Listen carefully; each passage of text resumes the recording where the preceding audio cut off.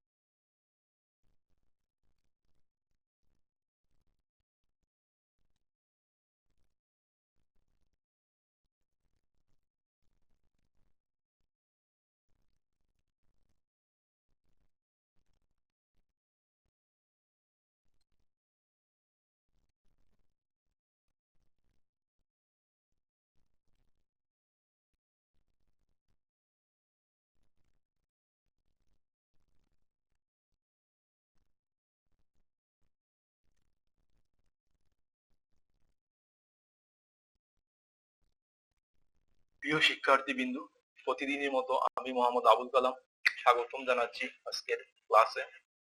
প্রিয় শিক্ষার্থী বিন্দু, আমরা পড়ছিলাম ভেক্টর।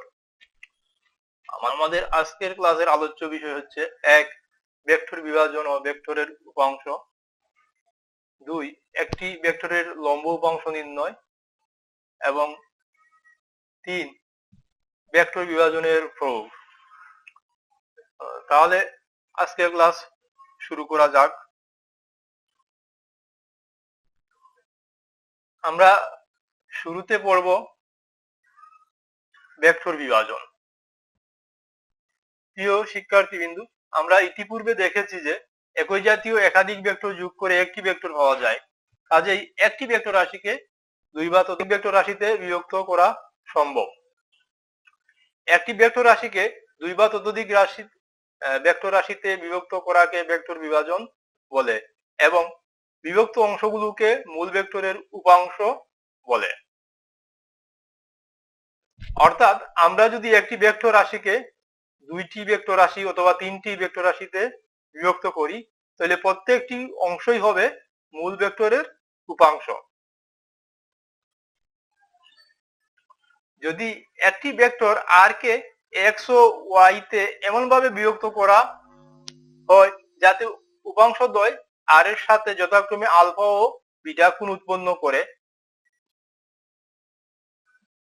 তাহলে উপাংশ দ্বয় এমন ভাবে ক্রিয়া করবে যেন তারা একটি সামান্তরিকের দুটি সন্নিহিত বাহু। সেক্ষেত্রে লব্ধি আর সমান হবে এক্স প্লাস ওয়াই। আমরা এই বিষয়টি একটু চিত্রায়িত করার চেষ্টা করছি। আমরা ধরে নেই আমাদের একটি ভেক্টর রাশি আছে আর, এটির একটি উপাংশ এক্স যেটি আর এর সাথে আলফা কোণ উৎপন্ন করে এবং অপর একটি উপাংশ ওয়াই ধরে নিলাম সেটি আর এর সাথে বিটা কোণ উৎপন্ন করে।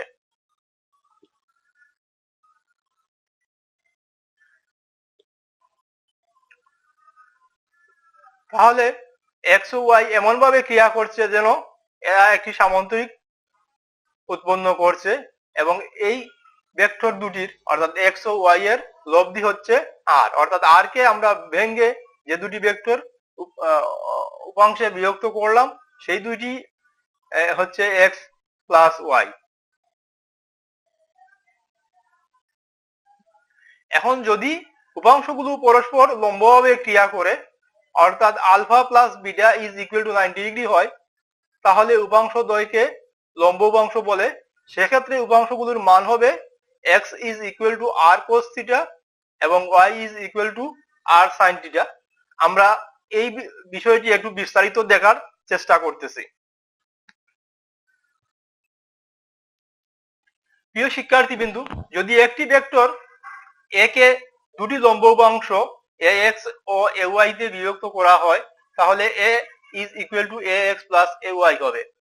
ধরি ভেক্টরটি আনুভূমিকের সাথে আলফা কোণে ক্রিয়ার আনত আছে, তাহলে একটি উপাংশ OP সমান ax যা x অক্ষ বরাবর ক্রিয়া করছে বলে ধরে নেওয়া যায়, এবং অপর উপাংশটি OQ ইকুয়াল ay যা ax এর সাথে সমকোণী অর্থাৎ লম্ব বরাবর y অক্ষের দিকে ক্রিয়া করবে। আমরা বিষয়টি এভাবে দেখতে পারি, আমাদের OR যে কোনো ভেক্টর a হতে পারে এবং OX হচ্ছে x অক্ষ এবং OY হচ্ছে y অক্ষ। এখন যদি ধরে নেই আমরা যে এ ভেক্টরটি x অক্ষের সাথে আলফা কোণে ক্রিয়ারত অবস্থায় আছে, সেক্ষেত্রে OX বরাবর একটি উপাংশ আমরা ax নিতে পারি এবং অপর একটি উপাংশ লম্ব উপাংশ হতে পারে y অক্ষ বরাবর, যাকে আমরা ay ধরে নিতে পারি। এখন আমরা এই উপাংশ লম্ব উপাংশ দুটি যদি যোগ করি তাহলে যথারীতি আমরা যদি ত্রিভুজ সূত্রে নিয়ে যোগ করতে চাই তাহলে আমরা এভাবে যোগ করতে পারি, অর্থাৎ ay উপাংশটি আমরা এমন ভাবে স্থাপন করতে পারি যেন এর পাদবিন্দু ax উপাংশের শীর্ষবিন্দুতে পড়ে, অর্থাৎ ax ay এর সাথে সমকোণী ত্রিভুজ উৎপন্ন করে। সেক্ষেত্রে আমরা ত্রিভুজ সূত্র অনুসারে লিখতে পারি a is equal to ax plus ay। এখন আমরা OP আর সমকোণী ত্রিভুজে শুধু ভেক্টরগুলির মান বিবেচনা করে পাই OP is equal to ax, PR is equal to ay এবং OR is equal to a। তাহলে আমরা cos alpha is equal to লিখতে পারি ভূমি বাই অতিভুজ, that is OP by OR is equal to ax by a, অর্থাৎ ax is equal to হবে a cos alpha, যাকে আমরা অনুভূমিক উপাংশ বলে থাকি। আবার ওই একই ত্রিভুজ হতে আমরা যদি সাইনের মান বার করি তাহলে সাইন আলফা সমান লিখতে পারি আমরা লম্ব বাই অতিভুজ, that is PR by OR is equal to ay by a, অর্থাৎ ay is equal to a sin alpha, যাকে আমরা উল্লম্ব উপাংশ বলে থাকি। অনুরূপভাবে থিটা কোণে আনত যে কোনো ভেক্টর f কে অনুভূমিক উপাংশ fx এবং উল্লম্ব উপাংশ fy তে বিভক্ত করা হলে fx is equal to f cos theta এবং fy is equal to f sin theta হবে।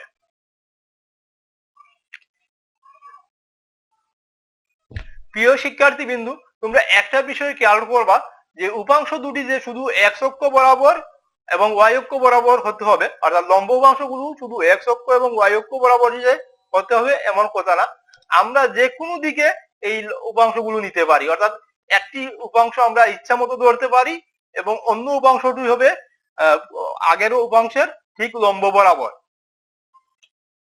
অর্থাৎ আমাদের যে ভেক্টরটি বিভাজিত করব আমরা, অর্থাৎ যে ভেক্টরটি উপাংশগুলো আমরা বাইর করব, সেই ভেক্টরের সাথে জানা কোনো গুণে আমরা যদি একটি উপাংশ নেই, সেই উপাংশটি হবে আনুভূমিক উপাংশ এবং ওই উপাংশের সাথে ঠিক লম্ব হবে যে উপাংশটি হবে সেটি হবে উল্লম্ব উপাংশ, অর্থাৎ উপাংশটি আমাদের ইচ্ছা মতো নেওয়া যাবে। আমরা পরবর্তীতে এই ব্যাপারে আরো বিস্তারিত দেখব। প্রিয় শিক্ষার্থী বিন্দু, আমরা এখন দেখব যে ভেক্টর বিভাজনের প্রয়োগ, অর্থাৎ ভেক্টর বিভাজন আমাদের কি কাজে লাগবে। আমরা দুটি গতি দেখছি, একটি বস্তু বৃত্তাকার পথে চললে তার গতি কিরকম হয় এবং আরেকটি গতি দেখছি আমরা সরল দোলকের গতি। আসলে এই দুটি গতির মূলে রয়েছে ভেক্টরের বল বিভাজন বা বেগের বিভাজন। আমরা এই বিষয়টি একটু বিস্তারিত দেখার চেষ্টা করব। আমরা প্রথমে দেখব সরল দোলক কিভাবে কাজ করে। আমরা একটি সরল দোলক নিলাম, অর্থাৎ একটি ববকে আমরা একটি সুতার সাহায্যে এভাবে বেঁধে ঝুলিয়ে দিলাম।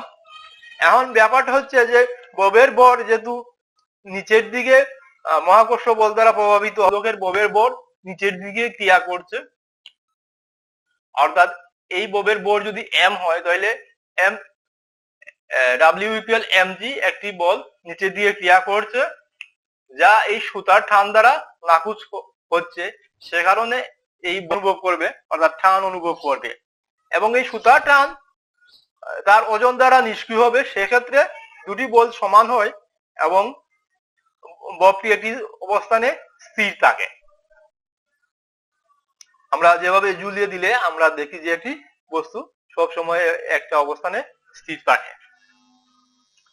এখন যদি আমরা এই ববটিকে একটু তার অবস্থান থেকে একটু সরিয়ে এরকম একটি অবস্থানে নিয়ে যাই, অর্থাৎ আমরা ববটিকে একটি জানা কোণ থিটায় এভাবে সরে নেই, তাহলে সেক্ষেত্রেও ববটির বল নিচের দিকে ক্রিয়া করবে, অর্থাৎ তার নিচের দিকে ওজনটা হবে ডাব্লিউ ইকুয়াল টু এম জি। এখন এই বলটিকে আমরা যদি সুতার টানের বিপরীত দিকে আমরা বিভাজন করতে চাই, অর্থাৎ একটি উপাংশ বের করি, তাহলে সেই উপাংশটি হবে এমজি কোস থিটা, এবং এই এমজি কোস থিটার সাথে ঠিক লম্বভাবে একটি উপাংশ ক্রিয়া করবে, সেটি হবে এমজি সাইন থিটা। এখন এমজি কোস থিটা উপাংশটি সুতার টান দ্বারা নিষ্ক্রিয় হবে, সেক্ষেত্রে কেবলমাত্র এমজি সাইন থিটা উপাংশটি ক্রিয়া করবে এবং এর ফলে ববটি এই অবস্থান থেকে এভাবে দুলতে থাকবে। এবং প্রতি ক্ষেত্রেই যেহেতু ববটির ওজন নিচের দিকে ক্রিয়া করে এবং সুতা তার নির্দিষ্ট দিকে ক্রিয়া করে, সেহেতু সুতার বিপরীত দিকের উপাংশটি নিষ্ক্রিয় হবে এবং উল্লম্ব উপাংশ দ্বারা ববটি এভাবে দুলতে থাকবে।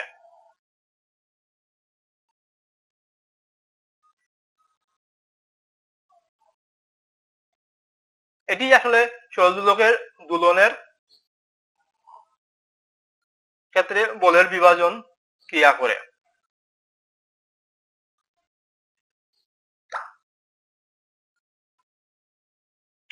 এবার দেখি বৃত্তাকার গতি কিভাবে সৃষ্টি হয়। আমরা ধরে নিলাম যে একটি বস্তুকে অকেন্দ্র বিশিষ্ট কোনো বৃত্তাকার পথে একটি সুতার দ্বারা বেঁধে দুলানো হচ্ছে, অর্থাৎ আমরা যদি একটি ভারী বস্তুকে সুতার দ্বারা বেঁধে আঙ্গুলে বেঁধে এভাবে খাওয়াতে থাকি, তাহলে এটি এরকম বৃত্তাকার পথে ঘুরতে থাকে। এক্ষেত্রে কি হয়?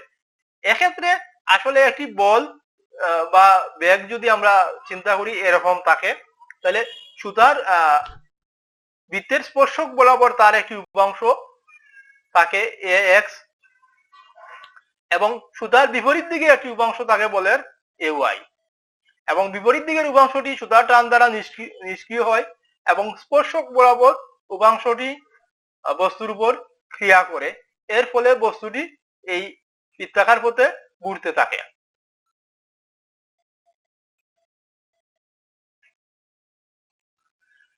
এবং মজার বিষয়, প্রতি মুহূর্তে এই বলটি স্পর্শক বরাবর ক্রিয়া করে, ফলে আমরা যে বৃত্তাকার পথে ঘূর্ণনশীল কোনো বস্তুর বেগের অভিমুখ ধরে নিয়ে আমরা এই বৃত্তের স্পর্শ বরাবর, অর্থাৎ যে বিন্দুতে বস্তুটি অবস্থান করবে সেই বিন্দুতে তার বলটি হবে ওই বিন্দুগামী ব্যাসের বা ব্যাসার্ধের লম্ব বরাবর। এটি আসলে বৃত্তাকার গতির রহস্য, অর্থাৎ এখানেও ভেক্টর বিভাজনই ক্রিয়া করে। তো এই ছিল আমাদের আজকের ক্লাস। আজকের ক্লাস এখানে শেষ করছি। ধন্যবাদ সবাইকে। এফ এক্স এবং উল্লম্ব উপাংশ এফ ওয়াই হলে আমরা লিখতে পারি F X is equal to F cos theta এবং F Y equal to F sine theta.